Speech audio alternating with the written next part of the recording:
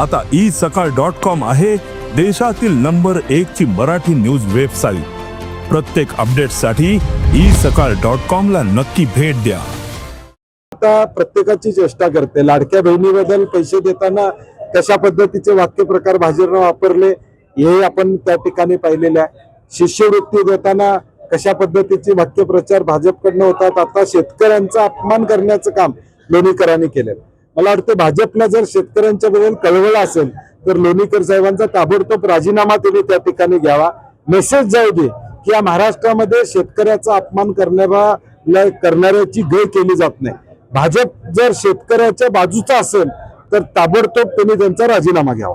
का या आंदोलनाचा निर्णय त्या सगळ्या शक्ती गरज नसलेला शक्तीपीठ हा प्रकल्प जो गरज नाही तो करू नये अशी आमच्या अजून शासनाला विनंती आहे।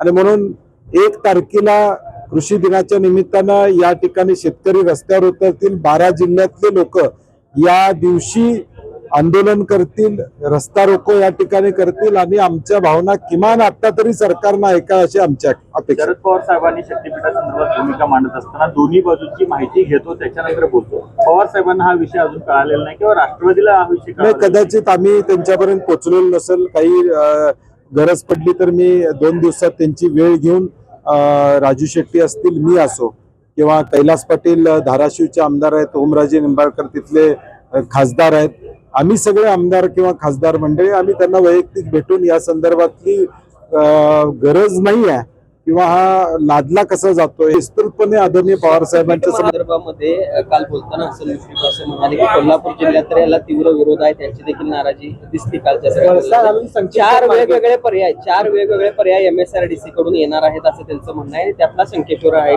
माझं मुळात शक्तीपीठ महामार्ग हा राज्य शासनाचा प्रोजेक्ट आहे, MSRDCचा प्रोजेक्ट आहे, तो नॅशनल हायवे नाही आहे की जो कर्नाटक मधून जाऊ शकेल, संकेश्वर मार्गे या ठिकाणी जाऊ शकेल।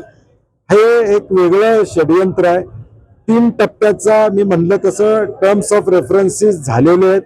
4था टप्पा जो आहे तो 4थ्या टप्प्याचे झाले नसल्यामुळे 3 टप्पे पूर्ण करायचे आणि मग कोल्हापूरकरांना दाबून न्यायचं हा या प्रकल्पाच्या मागचा हेतू आहे। कारण की कर्नाटकमध्ये जायचं असेल तर कर्नाटक सरकारची परवानगी लागेल। हा प्रोजेक्ट राज्याचा आहे, हा प्रोजेक्ट नॅशनल हायवे असता तर मग इंटर स्टेट याला म्हणतात त्या ठिकाणी आला असतं। त्यामुळे मला काय यात फार तथ्य असं मला वाटत नाही।